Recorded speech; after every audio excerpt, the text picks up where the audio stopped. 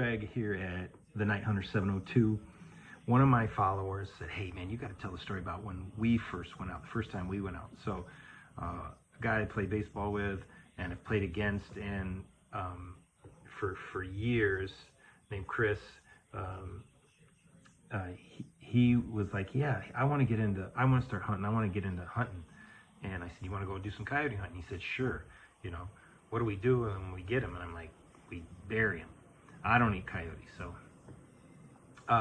he says, "Yeah, sure." So we go out to this area called near Mesquite, Nevada. It's called Mormon Peak, and he says, "Yeah, my friend says that there's coyotes out here." So I'm like, "All right, let's go." So we go out there and get out there early. It's still dark, so we get out to our first stand, and it's pitch black, and we just kind of sit and just wait for a little bit, and then we start calling, and sure enough, within about 10 minutes, we start seeing some eyes, but we can't, like, they're moving. It's moving, so it's like, where to go? And we're trying to figure out where it went, and we can't. We ended up losing this thing. So, and it's probably about 200 yards from us. We don't, like, we end up just packing up after that and just waiting a few minutes and then packing up, and then we say, well, let's move around to this. There's this gigantic, like, small sized mountain in front of us, and so we said, well, what about the other side? And I got a cat over here playing with a bag, trying to get treats. Cat, knock it off! Knock it off! It just picked up. Look at this cat. It just picked up that bag. It wants treats. Come here. That's what I gotta deal with. This is my mom's house. She's got cats. I gotta take care of my mom. She's almost 80, and she can't be by herself. So I gotta stay with her and take care of her. It's one of the things. You do what you gotta do for your family. So back to the story. So we get up. We get our next. Come around this other side of this big mountain, and big mountain. It wasn't really big, but other side of this hill. And we get set up, and we set the call out, and he's sitting about 20 yards to my left, and we're really hidden.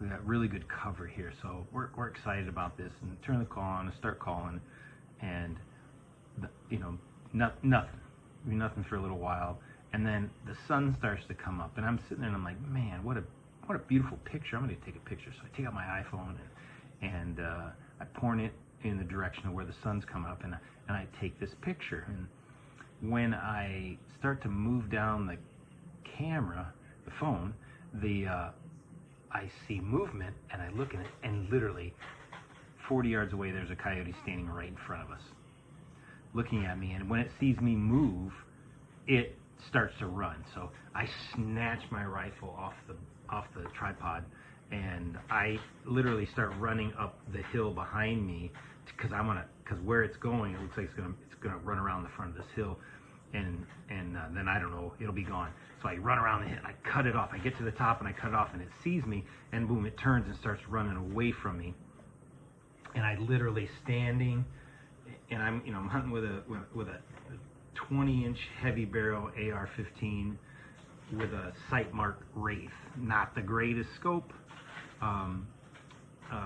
for night, but I got it flipped over to day, and I'm looking, and I'm tracking as he's running away, and then finally I get it up to my sight, and both eyes open still, and then in the scope I can see the coyote run into the scope, and as soon as I see him run in the scope, bang, I just pull the trigger and kill shot and flipped him right there, and it didn't even it didn't even move after that. It just flipped over once and was done.